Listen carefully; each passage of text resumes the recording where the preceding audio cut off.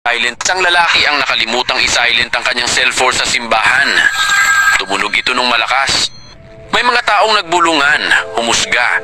Pati ang pare, pinagalitan siya. Dahil sa sobrang hiya, umalis siyang mabigat ang loob.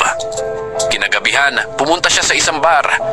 Dahil malungkot at lutang ang isip, aksidente niyang nabasag ang isang baso. Sabi ng waiter, "Okay lang po sir, ako na maglilinis." Dagdag naman ng bartender, "Huwag kayong mag-alala, nangyari talaga yan." May isa pang customer na inalok siya ng inumin.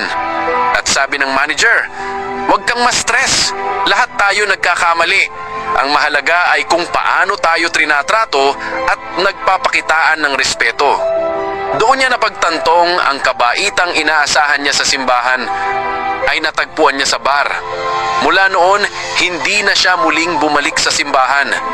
Dahil minsan, ang tinatawag nating mga makasalanan, ang mas may puso kaysa sa mga nagsasabing sila ay banal. Aral. Ang tunay na kabaitan ay hindi nakabase sa lugar o sa titulo. Nagmumula ito sa pusong handang umunawa, magpatawad at sumuporta.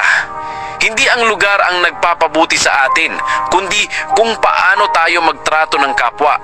Dahil sa huli, hindi malilimutan ng tao ang kabutihan mo at lagi nilang maaalala kung paano mo sila pinakisamahan.